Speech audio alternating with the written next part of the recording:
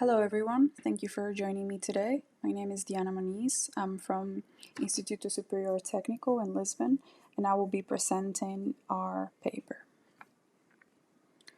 This is the overview of the agenda for this presentation.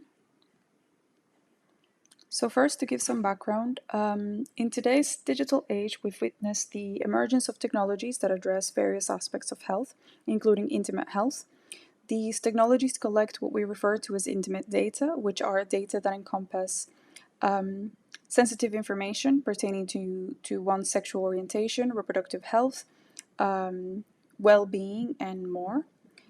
This data is being collected, processed, and shared not only from the user to the direct service, but also to third parties and beyond. In HCI, research in this domain has been growing, exploring topics such as the ones mentioned here, including intimate anatomy, designing for menstruation and menopause experiences, among others. In the security and privacy field, there is work on understanding the collection of intimate data and the security mechanisms behind the most used applications, how they adhere to regulations, standards, and recommendations. This work has mostly been done for fertility, menstruation, and pregnancy apps. Recent work has also looked into identifying threat actors and risks that come from data misuse and mismanagement. So, due to the wide and increasing adoption of these technologies, we can also see that intimate data is part of the datification trend, where data is seen as a resource that can be bought and sold. With this, we see an increasing need for improved privacy mechanisms. Now, the privacy paradox, a phenomenon first introduced by Barry Brown in 2001, proposed that users' actions might not always reflect their concerns, that they claim to worry about privacy but do not act on those concerns. Draper and Turo offered an alternative explanation to this paradox, calling it digital resignation, where users feel powerless when they believe to be in front of inescapable monitoring. So in this paper, we wanted to look further into people's privacy perceptions, their concerns, and their privacy-seeking or avoidant behaviors in the context of intimate health technologies. Motivated by the paradox theme, we wanted to understand if there is a mismatch between the stated concerns and the subsequent behaviors, and how this might also vary in different contexts. To achieve this, we employed a research method known as the story completion method. This relies on creative inquiry and indirect storytelling by presenting the participant with a story about a character and asking them to continue it. Then, these narratives that are created by the participant are stories written about someone else, allowing them to feel less judged and pressured to respond in a certain way. This method is useful for situations dealing with sensitive topics, which makes it ideal for our study. We created our scenarios based on risky and privacy invasive situations. We chose 4 scenarios. The first one was about menstruation, where the user started seeing ads on their social media. Then second, a similar one with a fertility tracking app that was used for contraception purposes, where the ads showed up when they were sharing their screen during a work call. Then the third scenario was about wanting to get tested for an STI, but considering that the data will be kept in their medical records. And then finally, an STD management app that was asking for personally identifiable information during the sign-up.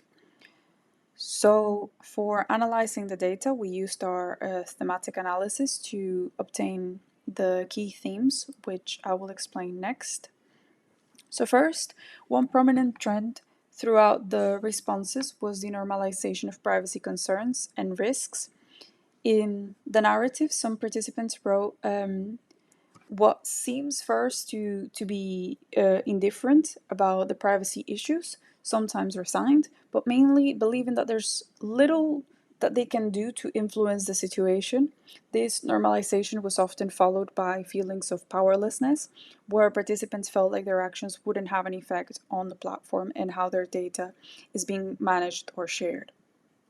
They were saying things like there is already so much information out there for theirs to be a distinguished one, underestimating their own info, this talking about the character in the story. There's not much they can do about it, just accepting it. Now, for the second theme, even in scenarios where participants expressed pessimism about the effectiveness of their actions, they still exhibited privacy seeking behaviors, such as deleting the app, deleting the account, reviewing settings, blocking ads, requesting data removal, searching for an anonymous alternative, and even going so far as to request a policy change to the platform. However, even though participants took part of the responsibility in their own hands, they also indicated that the platforms should take responsibility and offer more ways to keep their data private and also manage their data securely. So, this theme is about the different sides of responsibility, whether that is by the own user or the platform itself. So then, lastly, the third theme is about how participants voiced concerns about being tracked, observed, and surveilled. Users showed fear of illegal accesses to their intimate data, whether that was by developers, hackers. They also feared the exposure of their private information. They mentioned fearing their work colleagues finding out something that they don't want them to find out about their intimate lives, their employers, friends, family, and also unknown entities. They also were fearful about the conclusions that these algorithms could arrive to when appropriating their data. This overarching theme of security and surveillance shows the thin line between the benefits of technology and the potential risks to this privacy. So, with our study, we can say that participants were indeed concerned about intimate data and privacy throughout the scenarios, and they resorted to privacy seeking behaviors even when they were digitally resigned, when they believed they wouldn't have much of an effect. We also saw an alignment with the paradoxical privacy phenomenon, where there was some concern for some participants, but no protective action was indicated. This also shows that users are limited to the extent of their privacy and security knowledge, where they can be seeking protection, but eventually give up when it feels futile, and like they have no effect into these mechanisms and these methods. So now, as we move forward, we suggest and envision the integration of user-tailored privacy (UTP) to address some of these challenges. UTP seeks to empower individuals by allowing them to customize their privacy preferences according to their needs. This method offers a middle ground between user empowerment and system-assisted protection. It aims to find a balance between different approaches, finding a sweet spot where it aligns with privacy by design principles, mainly by making it effortless to the user, taking also elements from notice and choice, providing the user with customizable options for and direct control, and also leveraging privacy nudging where necessary. Additionally, we want to employ participatory threat modeling. We can identify, or with this method, we can identify specific privacy risks that are faced by different users, ultimately leading to more effective privacy solutions with a better understanding of a wide range of users, tailoring privacy options and privacy mechanisms to specific user needs and different concerns. In conclusion, our study has shown us the interplay between privacy concerns and user behaviors in the realm of intimate technologies. Our work contributes to the ongoing discourse on intimate data privacy, offering insights into the privacy paradox in this context and the potential for user-centered solutions.